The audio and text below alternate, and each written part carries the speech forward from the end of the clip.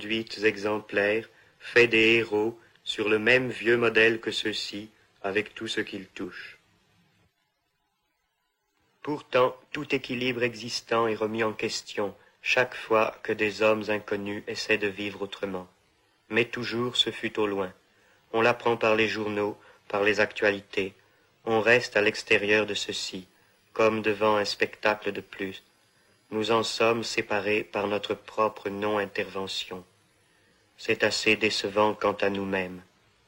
À quel moment le choix a-t-il tardé? Quand l'occasion a-t-elle été manquée? Nous n'avons pas trouvé les armes qu'il fallait, nous avons laissé faire.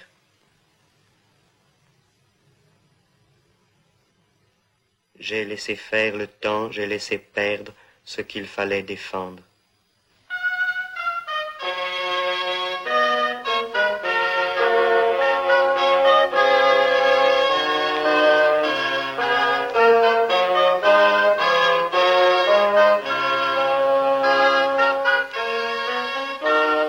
Cette critique générale de la séparation contient évidemment et recouvre quelques données particulières de la mémoire. Une peine moins reconnue, la conscience d'une indignité moins explicable. De quelle séparation précise s'agissait-il?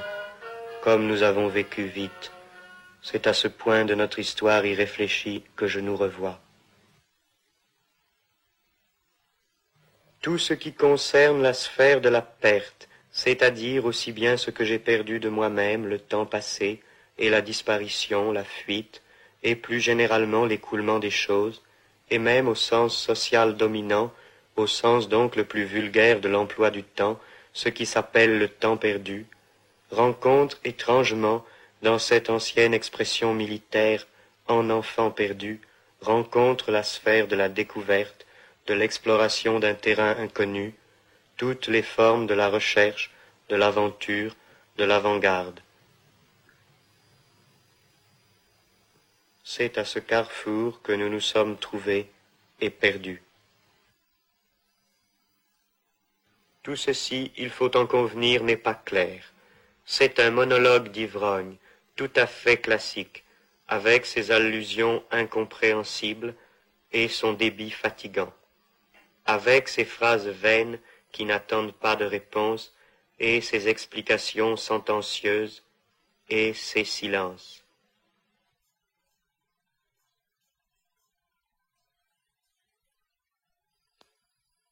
La pauvreté des moyens est chargée d'exprimer sans phare la scandaleuse pauvreté du sujet. Généralement, les événements qui arrivent dans l'existence individuelle telle qu'elle est organisée, ceux qui nous concernent réellement et exigent notre adhésion, sont précisément ceux qui ne méritent rien de plus que de nous trouver spectateurs distants et ennuyés, indifférents. Au contraire, la situation qui est vue à travers une transposition artistique quelconque est assez souvent ce qui attire, ce qui mériterait que l'on devînt acteur, participant. Voilà un paradoxe à renverser, à remettre sur ses pieds. C'est cela qu'il faut réaliser dans les actes. Et ce spectacle du passé fragmentaire et filtré, idiot, plein de bruit et de fureur, il n'est pas question de le transmettre maintenant, de le rendre, comme on dit, dans un autre spectacle ordonné, qui jouerait le jeu de la compréhension réglée et de la participation. Non. Toute expression artistique cohérente exprime déjà la cohérence du passé, la passivité. Il convient de détruire la mémoire dans l'art, de ruiner les conventions de sa communication, de démoraliser ses amateurs. Quel travail! Comme dans la vision brouillée de l'alcool, la mémoire et le langage du film se défont ensemble. À l'extrême, la subjectivité malheureuse se renverse en une certaine sorte d'objectivité, un document sur les conditions de la non-communication.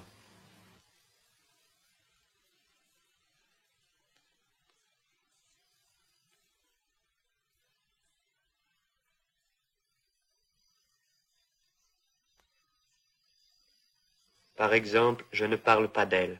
Faux visage, faux rapport. Un personnage réel est séparé de qui l'interprète, ne serait-ce que par le temps passé entre l'événement et son évocation.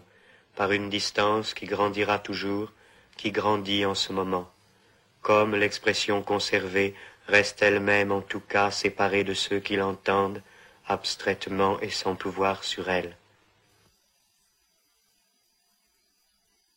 Le spectacle, dans toute son étendue, c'est l'époque, dans laquelle une certaine jeunesse s'est reconnue, le décalage entre cette image et les résultats.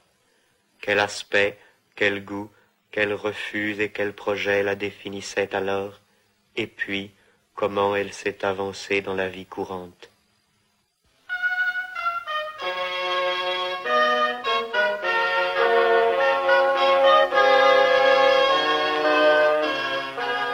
On n'a rien inventé, on s'adapte avec quelques nuances dans le réseau des parcours possibles. On s'habitue, semble-t-il.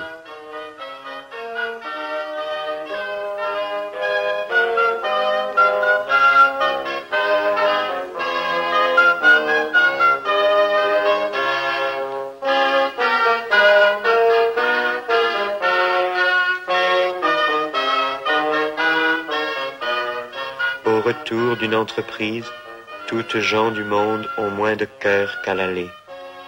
Beaux enfants, l'aventure est morte.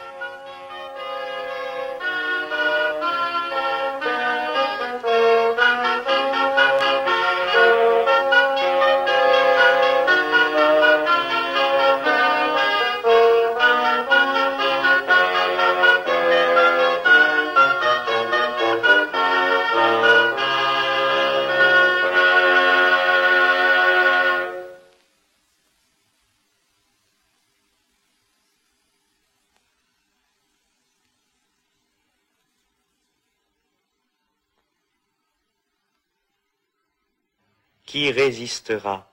Il faut aller plus loin que cette défaite partielle, bien sûr. Et comment faire?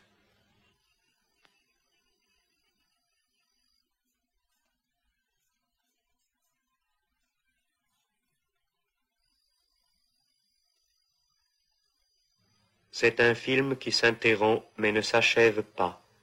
Toutes les conclusions sont encore à tirer, les calculs à refaire. Le problème continue d'être posé, son énoncé se complique, il faut recourir à d'autres moyens. Ce message informel, de même qu'il n'avait pas de raison profonde de commencer, de même n'en a pas de finir. Je commence à peine à vous faire comprendre que je ne veux pas jouer ce jeu-là.